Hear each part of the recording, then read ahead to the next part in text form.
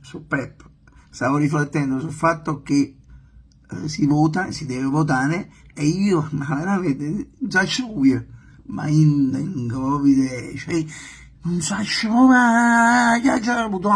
ma le altre volte almeno uno strascio facente, non lo so, uno sciavora chiodo, io lo tenevo, diciamo, tenevo un'idea, cioè, boh, adesso vedo un po' più migliovillo degli altri. Non stavo non sascia proprio. Chiaramente come penso pure a voi, no? Mi è venuto un'idea e dici, ma non paga proprio a buttare, poi sta sempre, sai, uno che ti fa pensare e dice, ma tu allora eticamente si fa vedere a me, cioè come non mai, lascio l'Italia in mano a chi si fa.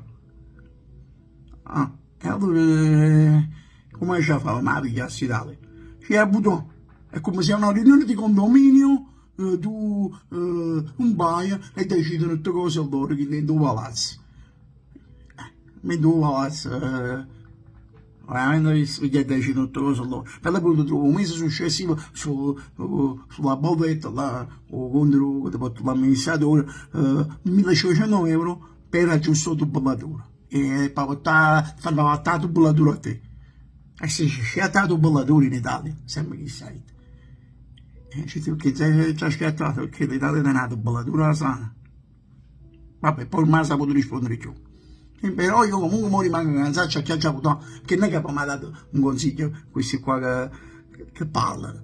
Cioè, io pure allora non è vero convinto come le altre volte, i politici che dicono vota a me, farò questo, farò quello, pure si sa che è una palla.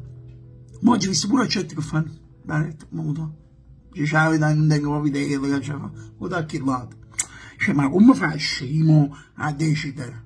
Cioè, secondo me noi in Italia non siamo pronti per votare quelli che devono essere eletti in Italia. Perché come si possono assuefatti, cioè come si... Secondo me stavano là fuori, secondo me chi là, tipo da altre nazioni, più sapessero fare. Per me tutti, per esempio, tutti gli ungheresi vengono a votare qua, che subito devono essere o buono per.